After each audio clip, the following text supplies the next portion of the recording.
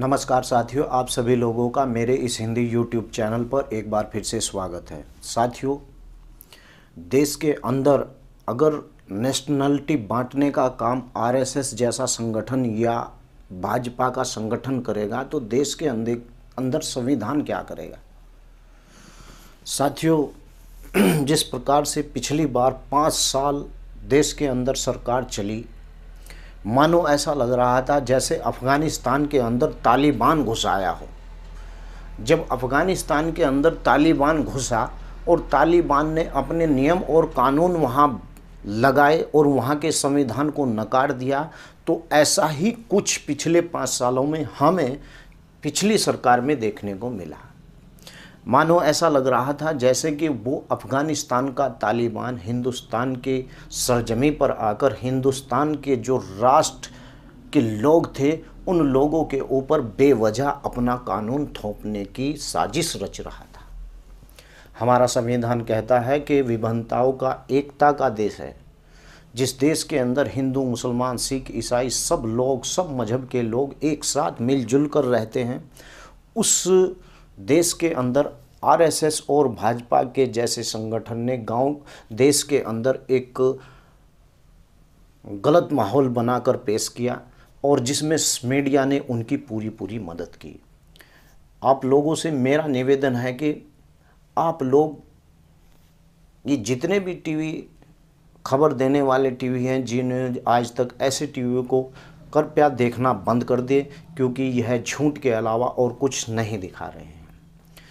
तो आज ऐसा दौर गुजर रहा है कि 5 साल सरकार के पूरे होने के बाद आज हिंदुस्तान के अंदर लोकसभा का चुनाव है और यह लोकसभा का चुनाव कोई आम चुनाव नहीं है, यह सत्ता हथियाने का चुनाव नहीं है। भारत की जनता को सोचना चाहिए, यह लोकसभा 2019 का चुनाव केवल संविधान को बचाने के लिए लोकसभा 2019 का लोकसभा चुनाव है और यही चुनाव भारत के इतिहास के पन्नों में दर्ज होगा, क्योंकि पिछली बार यहाँ ऐसी सरकार आई कि जिसने देश के लोगों को परेशान किया और देश के नाम पर, राष्ट्रभक्त होने के नाम पर हमारे देश को लूटा।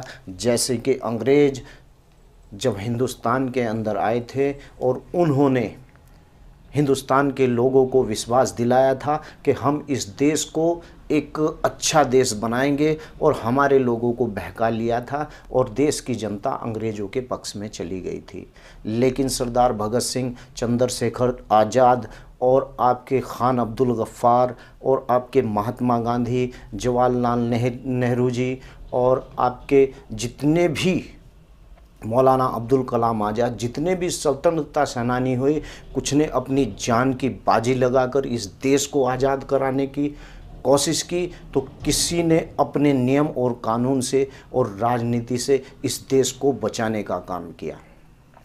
साथियों, मेरा देश सांप्रदायिक देश नहीं है। मेरे देश के अंदर कोई भी मजहब का इंसान आतंकवादी नहीं है, और मैं आप लोगों को बताना चाहता हूं कि जो लोग इस देश को के अंदर रहकर और अपनी सोच आतंकवादी जैसी रखते हैं, उन लोगों से हिंदुस्तान की जनता का कोई मतलब नहीं है।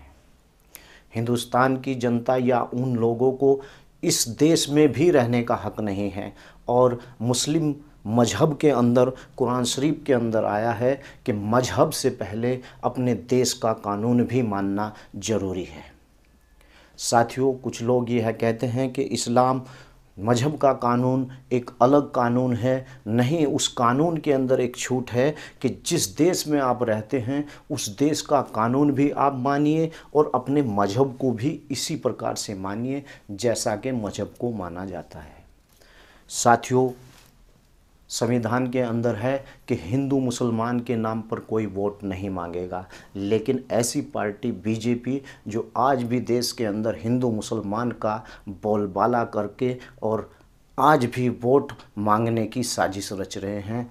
साथियों, हमारा संविधान इस बात की इजाज़त नहीं देता। यही वो लोग हैं जो संविधान के खिलाफ़ हैं और संविधान की बातों को नहीं मानते हैं। भारत के अंदर एक पहली ऐसी सरकार आई जिसने हमारे सर्वोच्च न्यायालय के ऊपर भी हमला बोला। और सर्वोच्च न्यायालय का मकसद यह है कि सर्वोच्च न्यायालय जहाँ न्याय का घर है, जहाँ न्याय का मंदिर है, उस मंदिर को भी भाजपा जैसे संगठन ने दूषित किया और लगातार साजिश रचता रहा और देश की आम जनता को लड़ाता रहा। इस बार 2019 के चुनाव के अंदर मेरी आप सभी भारत की 123 करोड़ जनसंख्या से निवेदन है कि इस बार ऐसे संगठन को इस देश के अंदर से उखाड़ फेंकने का हमारा मकसद है।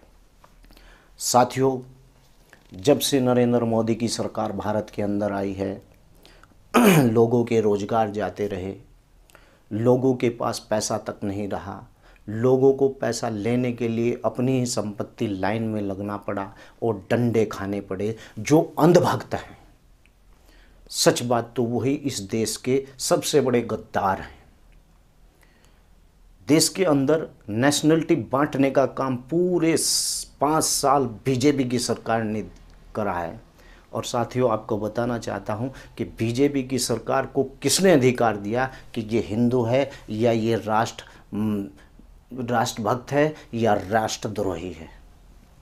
मैं पूछना चाहता हूं, नीरव मोदी को 11,000 करोड़ देकर हिंदुस्तान का वह पैसा विदेश भेजने वाले लोग क्या इस देश के राष्ट्रभक्त हैं? आंकड़ा अगर देखा जाए इन 5 सालों में, औरतों के साथ सबसे ज़्यादा बलात्कार इस 5 सालों के अंदर हुआ। किसी की बहू बेटी सेफ नहीं थी, किसी का मजहब सेफ नहीं था, तो किसी का अपना बेटा, अपनी बहन सेफ नहीं थी। तो चलिए साथियों, मिलता रहूँगा आपसे। धन्यवाद। मेरे इस चैनल को देखते रहिए और सब्सक्राइब कीजिए और सोचिए, अंधभक्त की बातों में बिल्कुल ना आइए। कुछ लोग लग रहे हैं कि अंधभक्त हैं, अंधभक्त का कोई विश्वास नहीं होता, अंधभक्त तो बेवकूफ़ होता है। और आप इस बात का ध्यान रखिए कि टीवी चैनल और ख़बर बिल्कुल मत देखिए। आज तक जी न्यूज़ जैसे चैनल पर बैठे दलाल केवल जनता को भ्रमित करते हैं।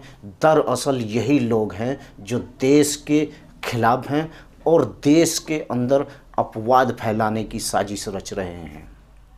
तो साथियों, ऐसी नापाक सोच रखने वाले, टीवी पर बैठकर झूठा भाषण देने वालों से आप अलर्ट रहिए। और शांतिपूर्ण सब देश की जनता से मेरा आह्वान है कि सब भारत के नागरिक एक अपना सच्चाई का एक सबूत दें और अपनी पार्टियों को, जहाँ जहाँ से कांग्रेस, जहाँ जहाँ से बहुजन, जहाँ जहाँ से समाजवादी पार्टी हैं, उसे जिताएं। और किसान भाइयों से मैं उम्मीद करता हूं कि भारत का किसान पिछले 5 सालों में बहुत दुखी रहा। उस किसान से मेरी हाथ जोड़कर विनती है कि वह जिस क्षेत्र में, या तो रालोद की जहाँ से भी पार्टी जिसकी है, लेकिन एक मकसद रहे कि बीजेपी के उन गुंडों को हराना है और देश के अंदर शांति और सौहार्द की सरकार बनानी है। धन्यवाद। देखते रहिए मेरा चैनल और चैनल को सब्सक्राइब करना ना भूलें। धन्यवाद। जय हिंद, जय भारत।